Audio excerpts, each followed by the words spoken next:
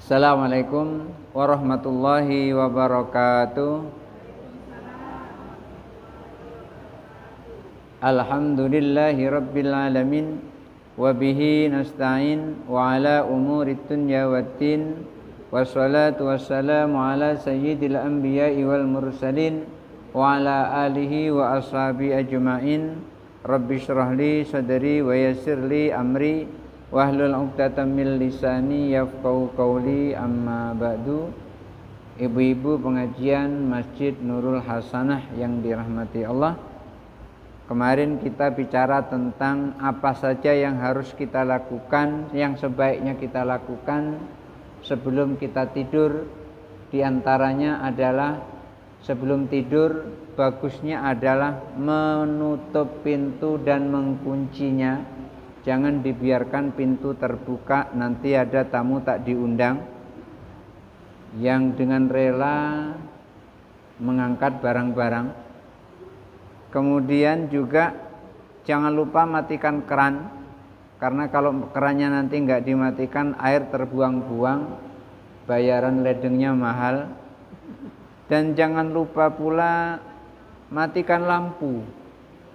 Lampunya dimatikan, karena saya pernah membaca berdasarkan kesehatan, orang tidur di tempat terang dan orang tidur di tempat gelap itu efeknya berbeda. Tapi bukan untuk itu kita mematikan lampu, karena perintah Allah, kita disuruh dan menjalankannya karena Allah. Dan seterusnya, lalu kita tidur dan tidurnya adalah miring kanan. Ketika tidur miring kanan, itu artinya tangan kanan posisinya ada di bawah. Lalu sebagusnya adalah saat tidur miring kanan tadi, itu menghadapnya adalah menghadap kiblat, seperti orang yang dimasukkan ke liang lahat. Walaupun kita belum pernah masuk ke liang lahat, karena masuk ke liang lahat itu dalam seumur hidup cuman sekali. Tidak usah dicoba-coba. Tapi kalau mau mencoba juga boleh, tapi nggak usah dicoba-coba. Setelah itu kita kan memasrahkan diri kita kepada Allah agar tidur kita cepat. Orang yang tidurnya lambat itu biasanya masih memegang urusan, merasa mampu mengurus urusan. Padahal urusan itu adalah dari Allah dan Allah sendiri yang menyelesaikannya. Oleh karena itu pada saat tidur, wa ufawwidu amri ilallah, aku serahkan urusan segalanya kepada Allah. Nah, sudah itu baru tidur. Lalu apa yang terjadi pada saat tidur? Saat tidur itu yang biasa terjadi adalah biasanya bermimpi. Kadang bermimpi, kadang tidak bermimpi. Dan mimpi itu pun ada dua. Kadang mimpi buruk yang disebut dengan ihtilam, dan kadang mimpi bagus yang disebut dengan ru'ya atau ra'yun. Ada mimpi bagus, ada mimpi buruk. Kira-kira ibu pilih yang mana? Mimpi bagus apa mimpi buruk? Yakin mimpi bagus. Nah, bagaimana kelanjutannya? Bismillahirrahmanirrahim. Wa idza ra'a fi manamihi, dan apabila seorang yang tidur tadi kemudian bermimpi di dalam tidurnya. Kata orang mimpi itu adalah bunganya tidur. Kadang memang mimpi itu tidak punya arti apa-apa selama kita tidak membicarakannya kepada orang lain. Mimpi cukup kita tahu sendiri, kita sendiri yang tahu. Dan apabila ada orang yang bermimpi di dalam tidurnya, ma yaz'ajuhu, mimpinya itu mimpi yang menakutkan, mimpi yang mengkhawatirkan, yang membuat kita takut, isti'adha billahi, maka hendaknya kalau kita mimpi yang menakutkan tadi, berlindunglah kepada Allah Ta'ala min syarrihi, dari keburukan mimpi itu. Jadi kalau kita mimpi dan mimpi itu adalah mimpi buruk, begitu bangun maka berlindunglah kepada Allah. Bagaimana? Contohnya adalah a'udzubillahi minasyaitonir rajim. Contohnya seperti itu. Berlindung kepada Allah. Terima kasih. Tehnya sudah datang. Saya intip dulu, jangan-jangan kopi. Rupanya teh. Maka saya bilang tehnya sudah datang. Nanti saya bilang kopinya sudah datang, rupanya teh. Nah. Ya, saya suka ngeteh. Dan ketika kita mimpi tadi, bangun, kita takut, langsung ucapkan a'udzubillahi minasyaitonir rajim.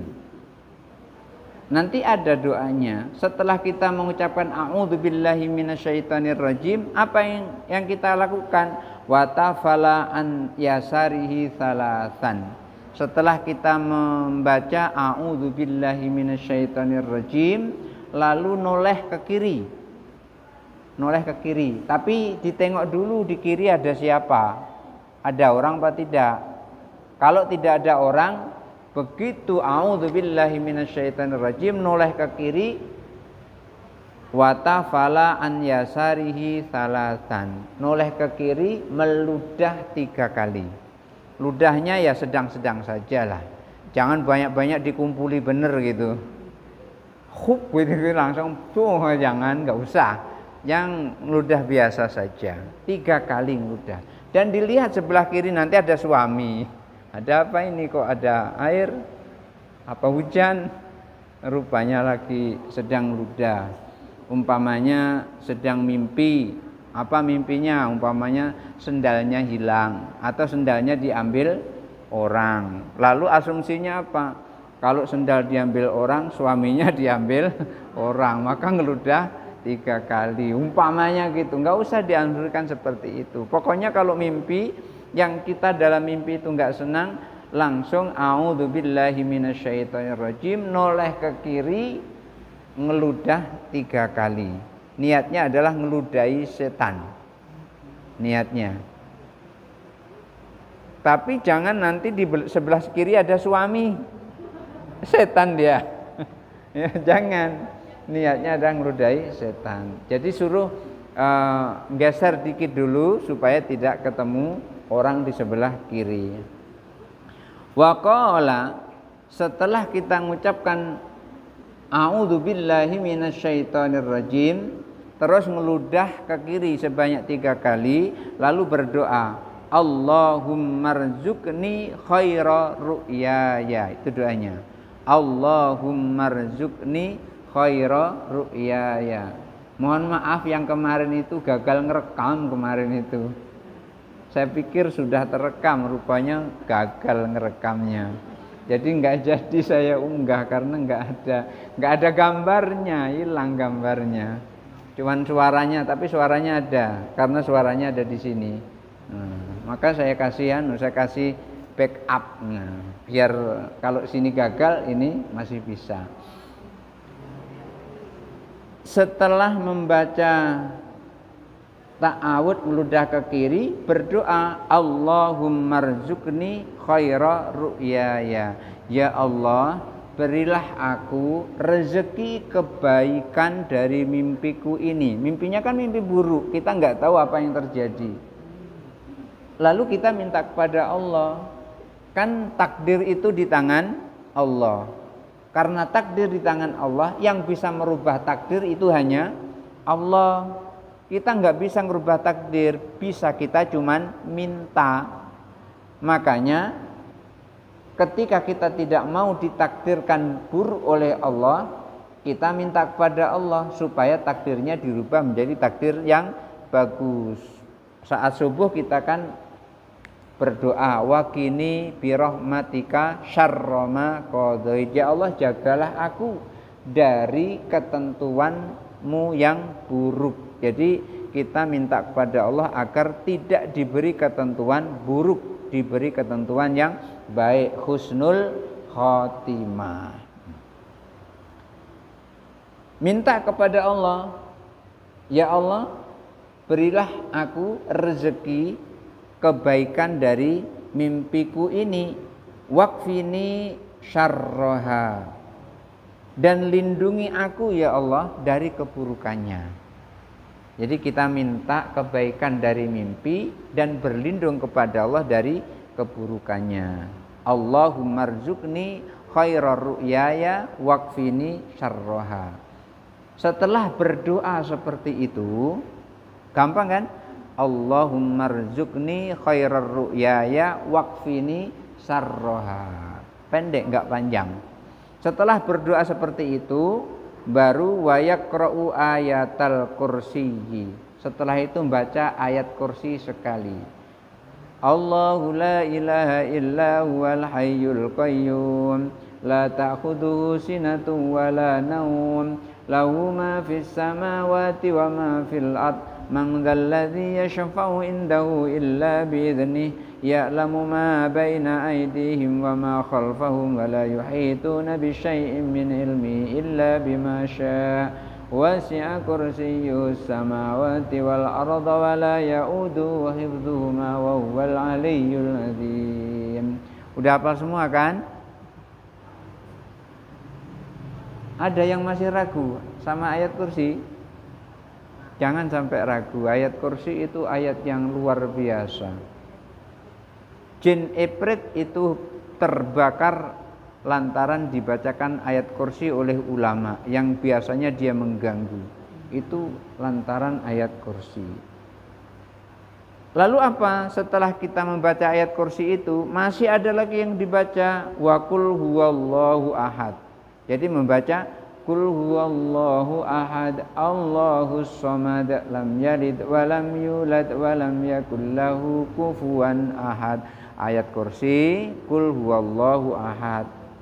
Apa cukup sampai di situ? Belum, masih ada lagi. Apa? Wal ma'udzataini. Ma'udzataini itu ada 2 a'u.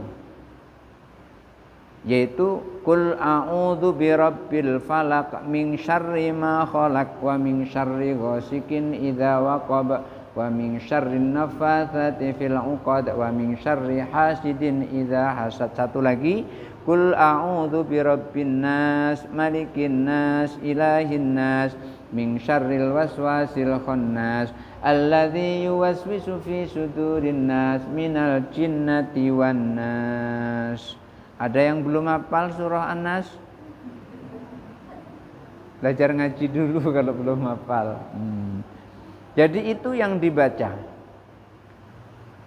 Tetapi tidak semua kita boleh membaca. Yang boleh membaca itu adalah yang tidak junub. Yang junub tidak boleh membaca. Illa ayyakuna junuban, kecuali orang yang sedang junub. Apa itu junub? Tadi malam sedang bermain-main dengan suaminya gitu, lalu junub. Yang itu nggak usah baca ayat kursi tadi, nggak usah baca. Cukup a'udzubillahi minasyaitonirrajim, meludah ke kiri 3 kali, baru berdoa Allahumma rzuqni khairar ru'yaya waqfini syarraha. Sampai di situ saja.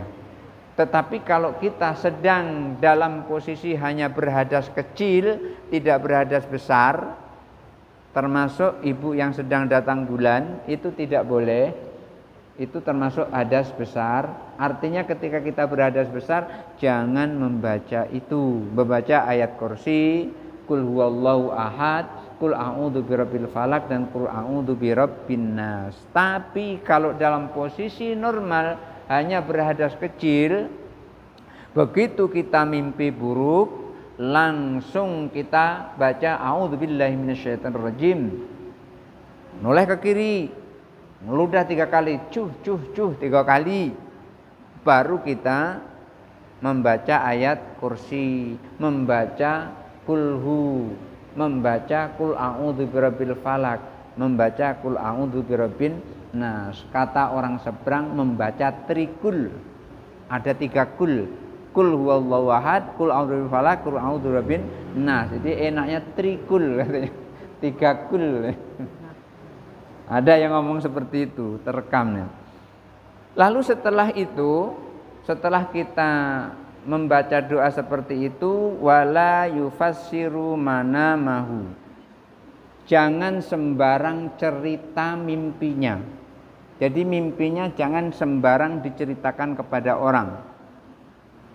Kepada siapa yang boleh diceritakan? Illa ala man yuhsinu. Kecuali mimpinya itu diceritakan kepada orang yang kita mengerti bahwasanya dia itu benar-benar orang baik. Kalau di sini seperti Pak Yai Lohot, ini orang baik, boleh cerita dengan beliau. Jadi jangan sembarang cerita.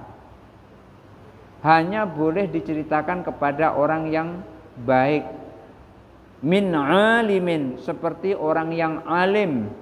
Orang yang alim itu pasti baik. Kalau tidak baik itu tidak alim, jahil itu namanya. Au hakimin, atau orang yang bijaksana. Orang yang alim atau orang yang bijaksana boleh kita cerita. Pamannya, Pak Yai, tadi malam aku bermimpi. Mimpiku itu aku dipatuk ular. Ngeri aku dipatuk ular, tapi herannya nggak apa-apa aku dipatuk. Iyalah mimpi. Kalau beneran ya kelepak-kelepak. Ular kobra dipatuk. Apa kata Pak Yai itu? Oh, itu adalah insya Allah itu merupakan isyarat kamu akan dapat rezeki. Ini kalau kalau sama orang alim, sama orang yang hakim, orang bijaksana. Coba kalau sembarang sama orang, hati-hati tuh, ada yang jahat sama kau tuh, ini tetangga sebelah tuh. Nah, akhirnya apa? Gara-gara mimpi beribut dengan tetangga. Makanya tidak boleh sembarangan cerita dengan orang, hanya kepada orang alim. Karena orang alim, apalagi alimnya itu adalah al-alim al-alamah, memang dia itu adalah kasab, tahu. Dia tidak akan menceritakan walaupun kejadian itu adalah buruk. Paling cuman pesan, kamu kalau besok pergi hati-hati, yaitu pesan dari aku, hati-hati. Sebetulnya tahu bakalan akan ada kecelakaan dirinya, itu bakalan tahu. Cuman hanya dengan isyarat hati-hati, ya enggak mau nyebut. Itu kalau orang yang kasaf, orang yang sudah makrifah, sudah tahu. Nabi juga pernah tahu seperti itu. Nabi juga kasaf. Jangan dikira Nabi aja nggak pernah melakukan kayak gitu. Orang biasa masa bisa melakukan itu? Loh, jangan. Nabi itu ketika melihat Ibnu Mas'ud ditampar sama Abu Jahal, terlempar 7 meter kurang lebih, berdarah-darah telinganya karena kuat sekali namparnya. Karena Ibu Mas'ud itu kecil segini, cuman kecil. Coba bayangkan kalau anak umur kira-kira 4 tahun ditampar oleh kayak Mike Tyson itu. Yang tahu kan Mike Tyson ya, yang kuat itu. Melanting, berdarah-darah. Kupingnya ini dibolongi, ya berdarah-darah juga karena dibolongi oleh Abu Jahal. Lalu datang ke majelis Rasulullah. Begitu datang ke majelis Rasulullah, sahabat melihat, nangis semua sahabat melihat kejadian yang menimpa Ibnu Mas'ud itu. Rasulullah justru malah tersenyum, bukan nangis tapi tersenyum. Sahabat heran, kami semua melihat Ibnu Mas'ud nangis, masa engkau melihat Ibnu Mas'ud malah tersenyum? Wahai Nabi, ada apa? Apa jawab Nabi? Nanti kamu akan tahu. Jawabnya gitu, nanti kamu akan tahu. Memang betul. Begitu datang perang pembalasan, kan umat Islam kalah pada perang Uhud karena nggak mau nurut. Suruh jangan turun dari bukit, malah turun berebut mengambil harta ghanimah, harta rampasan. Udah orang kafir balik dari balik bukit, ganti mana dari atas, tertak-tertuk dapat. Kalah di perang Uhud, dibalas perang Badar. Maka Rasulullah umumkan perang Badar. Rasulullah umumkan perang Badar. Begitu perang Badar diumumkan, ada syarat yang harus dilakukan. Pertama, harus izin kedua orang tuanya. Kalau kata orang tuanya tidak boleh, maka tidak boleh ikut perang. Tapi kalau orang tuanya mengatakan boleh ikut perang, maka boleh dia ikut perang. Kenapa kok begitu? Karena nggak ada gunanya Islam jaya tapi banyak anak-anak durhaka kepada kedua orang tuanya. Makanya untuk menguji supaya bisa ikut perang Badar harus ditunjukkan baktinya kepada kedua orang tuanya. Sudah dapat izin dari kedua orang tua? Sudah, laju, termasuk Ibnu Mas'ud.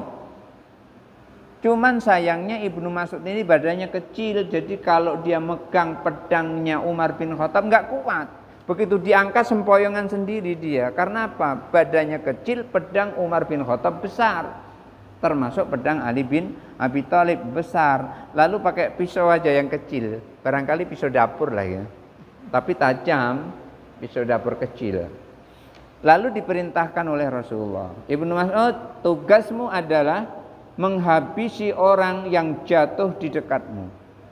Menghabisi musuh yang jatuh di dekatmu. Kalau nanti ada musuh jatuh di dekatnya, sudah jatuh langsung dihabisi dengan pisaunya Ibnu Mas'ud. Tiba-tiba yang jatuh di dekatnya Ibnu Mas'ud itu Abu Jahal. Setelah dihentak oleh Ali bin Abi Thalib, jatuh di sebelahnya Ibnu Mas'ud. Langsung Ibnu Mas'ud mengarahkan pisaunya ke Abu Jahal tadi. Tapi susah. Abu Jahal badannya besar, dia harus naik dulu ke badannya. Untung Abu Jahal ini belum bangun nih, masih pingsan. Pas begitu sampai di lehernya, pisaunya itu sudah di leher Abu Jahal, baru Abu Jahal sadar. Tengok geli-geli apa ini gitu. Rasanya geli-geli, orang di leher kan, ibu coba leher pegang kan geli-geli. Ini pisau di leher geli-geli gitu. Abu Jahal bilang, Ibnu Mas'ud, malu aku kalau mati dengan pisaumu yang kecil seperti itu. Aku malu, biar dunia tahu. Kalau pengen membunuh aku, pakai pedangku saja. Nah, pedangnya Abu Jahal besar. Akhirnya punya akal, pedang diikat. Diikat langsung dilempar ke atas lehernya Abu Jahal, tarik, tanpa ditekan pun ditarik, sudah putus pedangnya Abu Jahal. Itulah Ibnu Mas'ud bilang, sejahat-jahatnya Fir'aun itu belum sejahat Abu Jahal. Sekafir-kafirnya Fir'aun itu belum sekafir Abu Jahal. Sekafir-kafirnya Fir'aun belum sekafir Abu Jahal. Kenapa? Fir'aun pas dia ditenggelamkan oleh Allah di laut, masih dia ingat, amantu bi Rabbi Musa wa Harun. Pas mau mati masih ingat, aku beriman dengan Tuhannya Musa dan Harun. Aku percaya dengan Tuhannya Musa dan Harun. Itu Fir'aun mau mati, ingat sama Tuhannya Musa dan Tuhannya Harun. Abu Jahal mau mati, ingat harga diri dia, malu mati dengan pisau kecil. Oleh karena itu kalau mati dengan pisau besar, barangkali kalau di Jambi ini kayak orang Palembang lah ya, yang sedang naik pesawat mau jatuh. Kalau jatuh jangan dijatuhkan di Jambi, jatuhkan di Palembang, depan rumah aku biar tahu kalau aku naik pesawat. Kok bangga seperti itu, umpamanya kayak gitu. Abu Jahal akhirnya mati, pas mati gantian kupingnya ini dibolongi oleh Ibnu Mas'ud, terus diikat pakai tali diikat ke buntut kuda. Kudanya disebat, kudanya lari. Abu Jahal diseret-seret oleh kuda. Apa tidak tertawa Nabi? Itulah yang dilihat oleh Nabi pada saat Ibnu Mas'ud sedang ditampar oleh Abu Jahal. Sahabat nangis, Rasul tertawa. Itulah yang dilihat oleh Rasulullah. Rasulullah itu orangnya kasab, bisa melihat sesuatu yang belum terjadi. Jadi hadirin hadirat yang dirahmati Allah, Jangan sampai mengira Rasulullah itu tidak tahu apa-apa sesuatu yang akan terjadi. Ya walaupun begitu pernah Rasulullah juga ditegur oleh Allah, wala taqulanna li syai'in inni fa'ilun dzalika ghadan. Jangan mengatakan ini, mengatakan itu. Akulah, kata Allah, akulah yang melakukan itu besok. Tetapi jelasnya adalah Rasulullah itu tahu apa yang akan terjadi. Lalu kalau ada di antara kita ulama, waliullah, mengetahui kasab, itu biasanya seperti Rasulullah, tidak mengatakan yang sebenarnya, tapi hanya isyarat saja. Nah, ibu-ibu yang dirahmati Allah, kalau kita mimpi dengan sesuatu, jangan sampai mimpi itu diceritakan kepada sembarang orang. Ceritakan saja kepada orang yang baik, seperti orang yang alim atau seperti orang yang hakim, yaitu orang yang kita cintai, yang kita sayang kepadanya, yang kita dekat kepadanya. Wa yakuna muhibban, dan ia menjadi yang kita senangi. Wala yufassiru ma ra'ahu minal ahlam, dan jangan menafsirkan mimpinya yang buruk itu tadi. Jangan ditafsirkan mimpi seperti tadi, mimpi sendalnya hilang, ini diambil orang, suamiku diambil orang. Enggak usah ditafsir-tafsirkan seperti itu. Kenapa? Li'anna syaitana yatamassalu lahu, karena syaitan itu menyerupainya.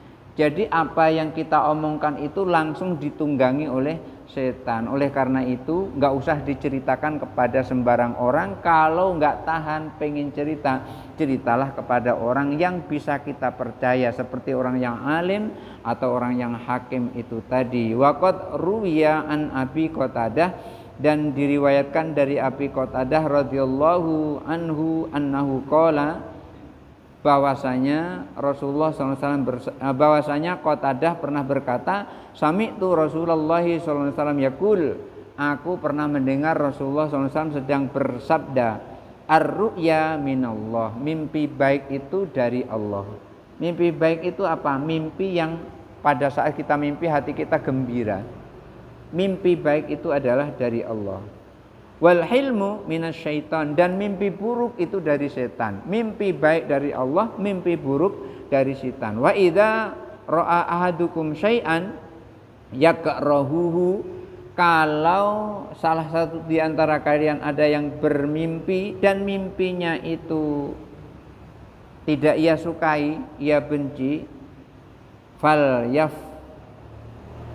yang fat an yasarihi, hendaklah untuk meludah ke sebelah kiri salah samarat 3 kali.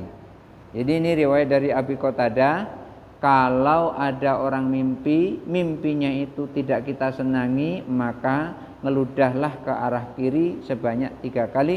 Tsumma liyata'awwadha min syarriha, lalu berta'awudlah, minta perlindungan kepada Allah dari keburukan mimpi itu. Fa innaha la yadurruhu, kalau kita melakukan seperti itu maka mimpi itu tidak akan pengaruh apa-apa, berlalu gitu saja. Jadi nggak usah cerita-cerita dengan siapa-siapa, nggak usah cerita-cerita dengan orang. Kalau kita mimpi buruk, cukup kita meludah ke arah kiri 3 kali. Setelah itu kita berlindung kepada Allah Subhanahu wa taala, a'udzubillahi minasyaitonirrajim, dan tidak usah cerita kepada siapa-siapa. Maka kalau kita melakukan seperti itu, mimpinya tidak akan mempengaruhi apa-apa, tidak akan merubah hidup kita lebih buruk dan seterusnya.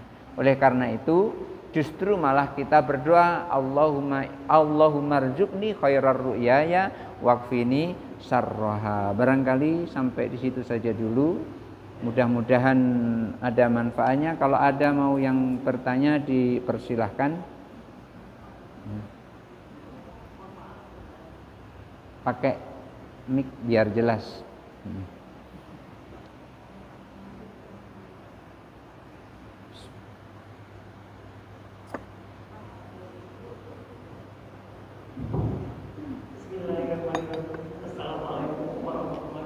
Waalaikumsalam warahmatullahi wabarakatuh.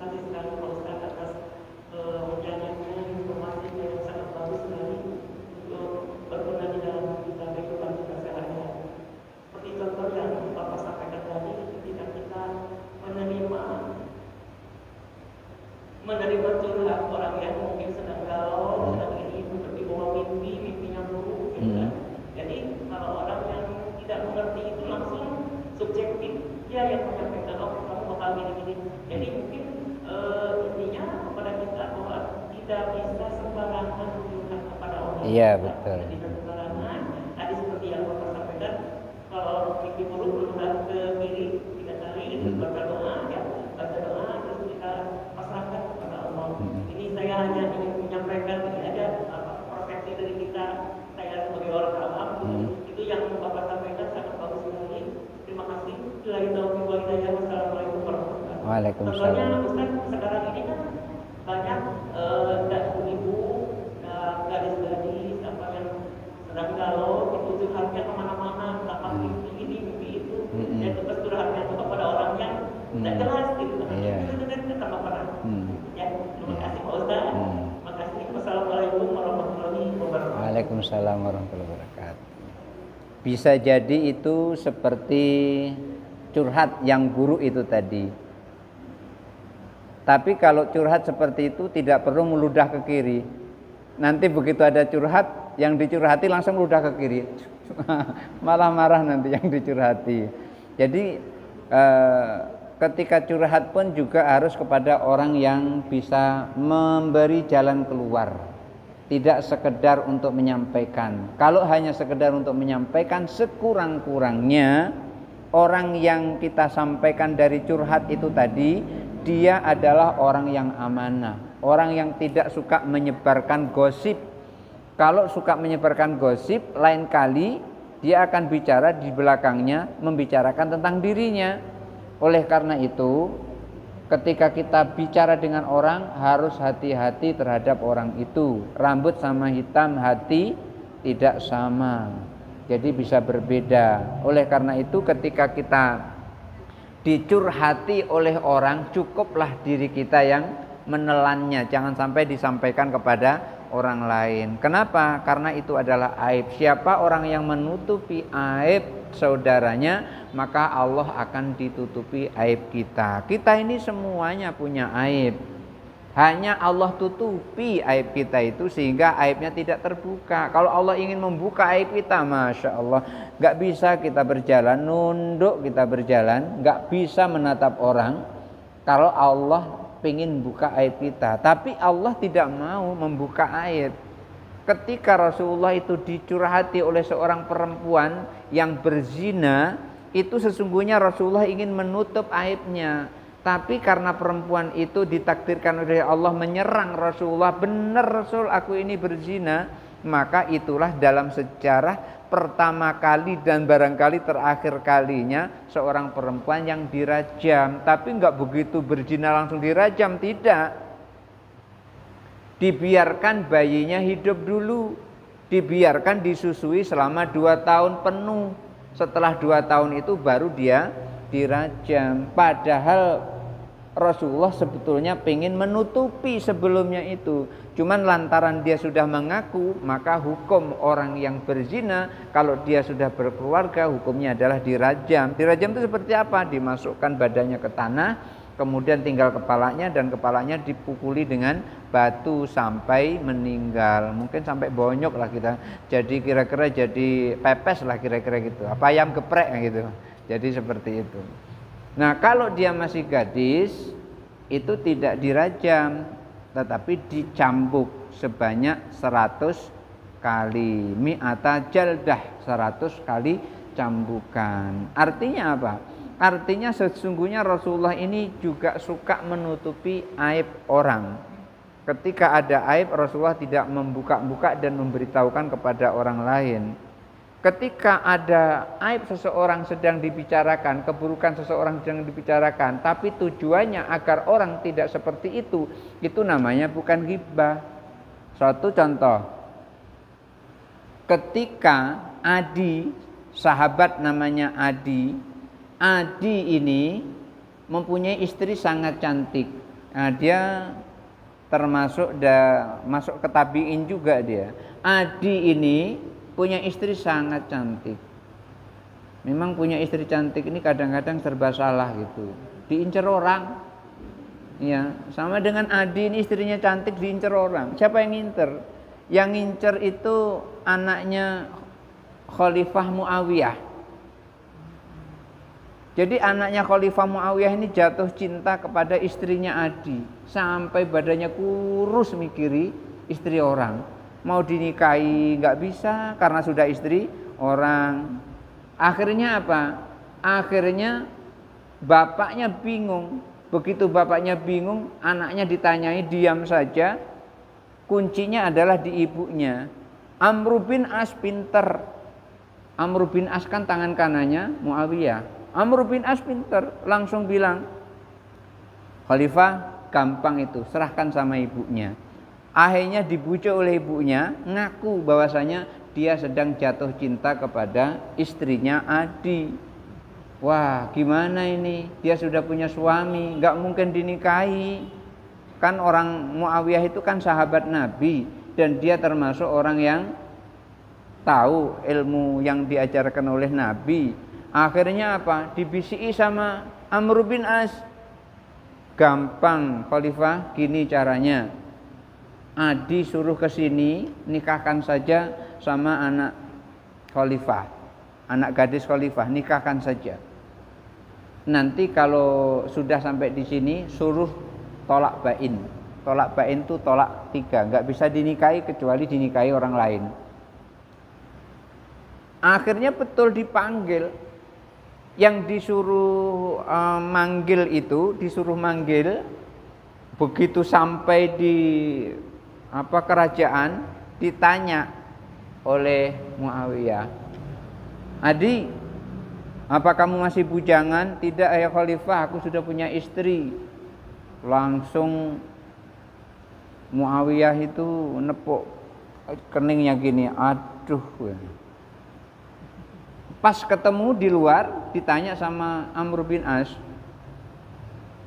apa kata Khalifah? Aku ditanya apakah kamu masih bujangan?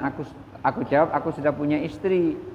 Lalu Khalifah nepuk keningnya kayak gini, bilangi kamu sudah tolak bain sama istrimu. Masuk sana, akhirnya masuk lagi. Dibilang sudah tolak bain. Begitu sudah tolak bain, kan senang Muawiyah karena anaknya mau sehat. Dipanggil sahabat namanya Abu Hurairah. Abu Hurairah dikasih duit sama Khalifah.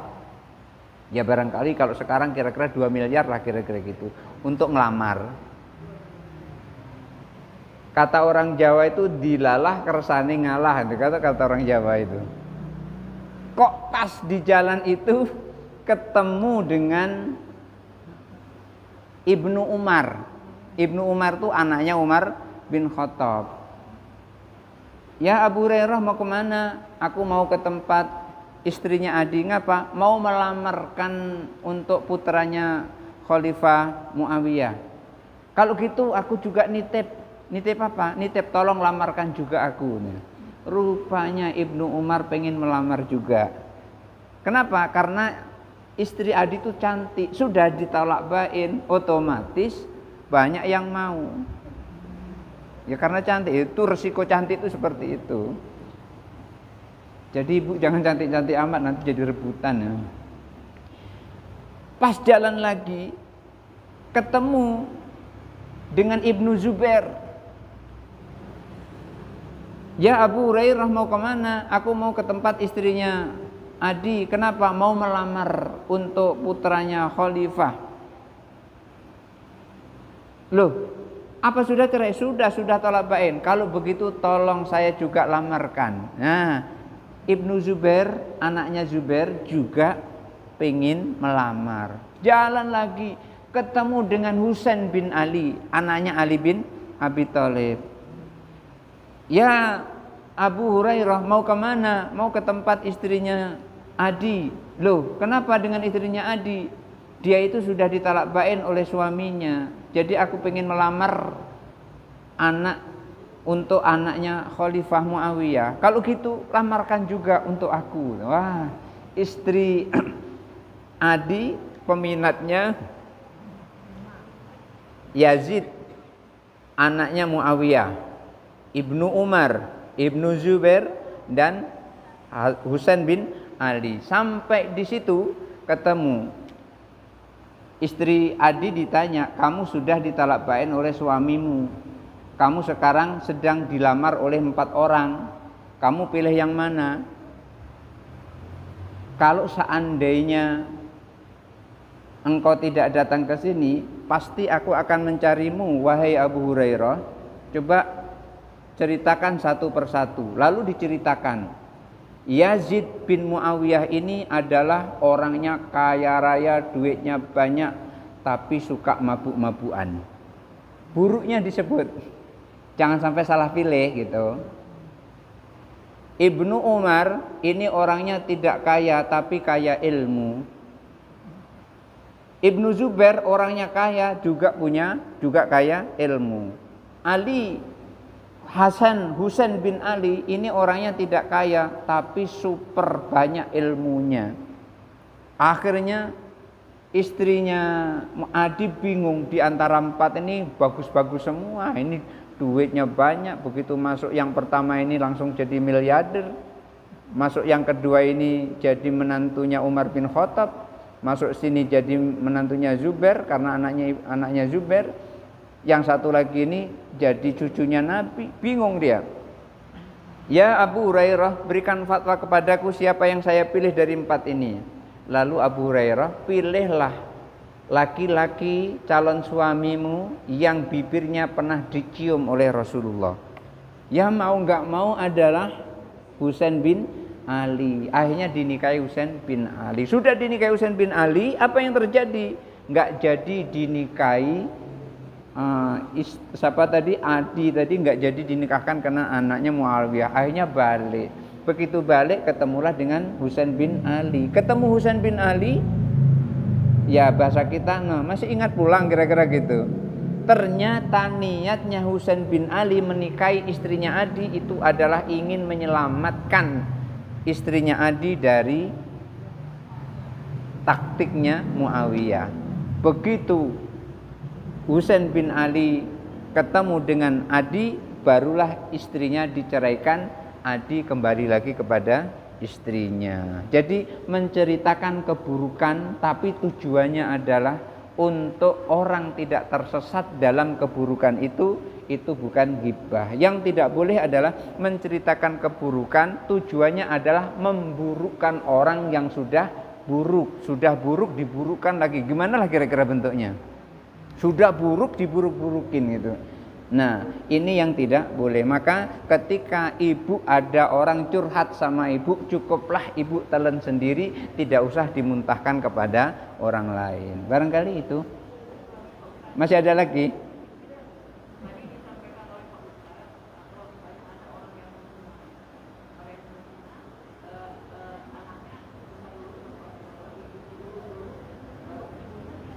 Pakai biar jelas suaranya, antara nyambung dan tidak nyambung.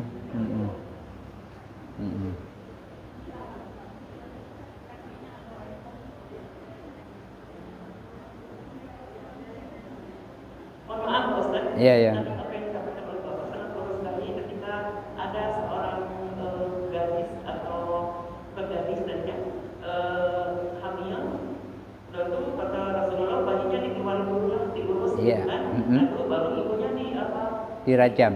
Iya, dirajam. Nah itu setelah dirajam begitu, apakah itu dosanya sudah beres atau masih juga nanti dilakukan? Iya. Makasih Ustaz. Iya. Baik.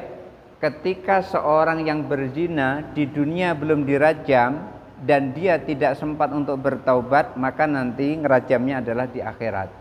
Tetapi ketika di dunia sudah dirajam, maka di akhirat dia tidak akan mendapat hukuman apa-apa. Sama halnya, ini dijelaskan di dalam kitab, tapi bukan kitab ini. Kitab namanya Al-Hawi lil Fatawi, karya Imam Suyuti, Jalaluddin Abdurrahman As-Suyuti. Beliau menyampaikan, kenapa orang yang mati syahid itu tidak mendapatkan pertanyaan kubur. Ada orang yang masuk dalam liang kubur tapi tidak mendapat pertanyaan kubur, lewat saja. Itu karena apa? Karena sudah ditanya oleh pedang pada saat di dunia. artinya dia itu sudah dipenggal atau sudah ditusuk oleh pedang di dunia, maka di alam kuburnya tidak perlu lagi ditusuk oleh pertanyaan malaikat mungkar nangkir, karena sudah diselesaikan dengan pedang yang disebut dengan jihad fi sabilillah. Sama dengan yang tadi itu, yang perempuan tadi itu, perempuan yang dirajam tadi, begitu dirajam di akhirat dia sudah tidak mendapatkan hukuman apa-apa, dosanya sudah bersih gitu. Terima kasih Ustaz. Ya. Barangkali itu saja dulu. Masih ada yang nanya? Nih.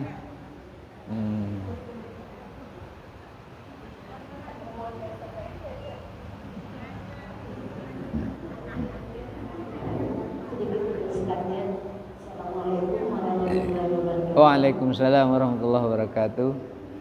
Pertanyaan saya ada kaitan dengan apa tadi lamaran. Saya punya saudara, bapaknya sudah meninggal, tapi bapaknya meninggal lagi. Saudara kandungnya tidak ada yang laki-laki. Kemudian dia mau menikah, sedangkan saudara sebapaknya ada yang laki-laki. Apakah saudara yang laki-laki dari seayahnya bisa menjadi wali? Oh gitu. Ya. Hanya itu bisa. Ya. Kirain tadi saya mau menikah, kira-kira gitu. Jadi dia punya saudara seayah laki-laki.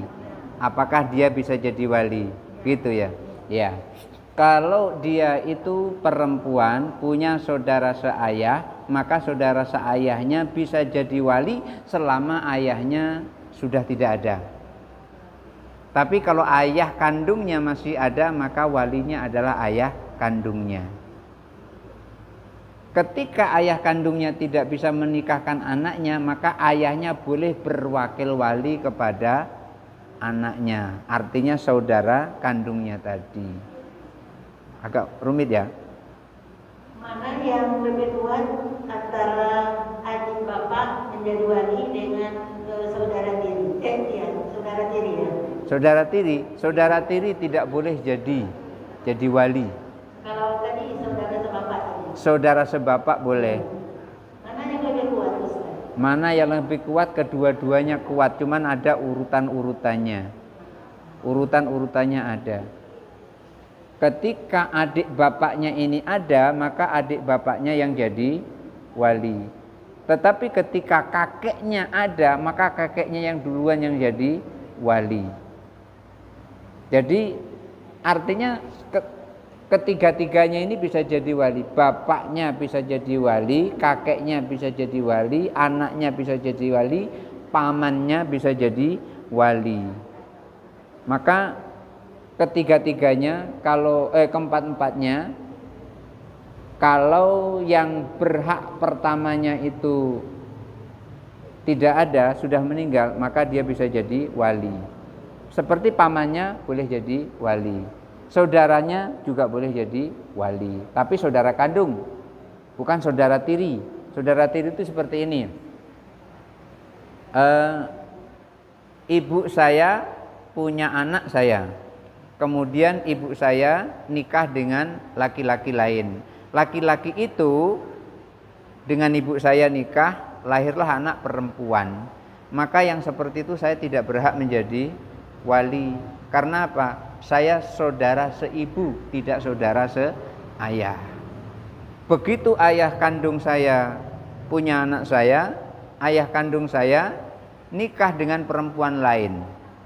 Akhirnya punya anak perempuan, jumlahnya ada 2. Berarti adik saya perempuan 2. Saya bisa jadi walinya kalau bapak saya sudah tidak ada, atau bapak saya berwakil wali kepada saya, boleh gitu. Iya. Jadi artinya bisa saja. Kalau tidak satu ibu, jadi satu ayah. Iya, yang penting itu adalah satu ayahnya itu, bukan satu ibu, karena ibu tidak bisa menjadi wali. Makanya kalau ada anak hasil dari perzinaan, maka anak itu biasanya bin ibunya. Misalnya ada seorang perempuan namanya Salmah, dia punya anak tapi nggak punya bapak. anaknya umpamanya bernama Robi'ah. Jadi Robi'ah binti Salmah gitu. Dinasabkan, dinisbahkan kepada ibunya karena memang dia tidak punya ayah. Contoh Isa bin Maryam. Isa bin Maryam, Isa putranya Maryam. Karena apa? Karena memang Nabi Isa nggak punya bapak.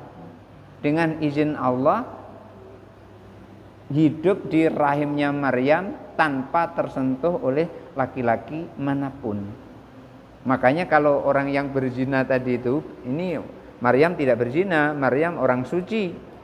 Orang dia saat berdoa minta makanan, itu langsung makanan itu ada di situ. Sampai-sampai Nabi Zakaria bingung, siapa yang ngasih makanan sebanyak itu? Anna laki hadza, dari mana ini makanan? Hadza min indi rabbi, ini dari Allah wahai ayah. Kan diangkat anak oleh Nabi Zakaria. Berdoa seperti doanya Nabi Zakaria. Begitu dilihat di situ, berarti tempat duduknya Maryam sedang berdoa ada makanan itu tempat yang mustajab. Akhirnya Nabi Zakaria yang sudah lama enggak punya anak, doa di tempatnya doanya Maryam. Ini namanya tabarruk. Akhirnya pas lagi sholat, Nabi Zakaria didatangi malaikat, diberi kabar gembira bahwasanya bakalan punya anak namanya Yahya. Yang benar, aku sudah umur 80 tahun, istriku udah 80 tahun, mandul lagi, bagaimana mungkin? Kalau memang dia punya anak, beri tanda-tandanya. Tanda-tandanya adalah Allah tukalliman nasa salah tata ayyamin. Tanda-tandanya kamu nanti bisu selama 3 hari, tidak bisa ngomong selama 3 hari. Jadi ibu nanti kalau pulang langsung tanya suaminya, bisa ngomong apa tidak.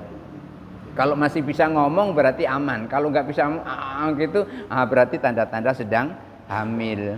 Kayak istrinya Nabi Zakaria gitu. Kalau ada pertanyaan disimpan untuk pertemuan yang akan datang. Sudah sore. Barangkali itu saja dulu yang bisa saya sampaikan. Hadanallahu wa iyyakum ajmain. Wallahul muwaffiq ila aqwamit thoriq. Wassalamualaikum warahmatullahi wabarakatuh.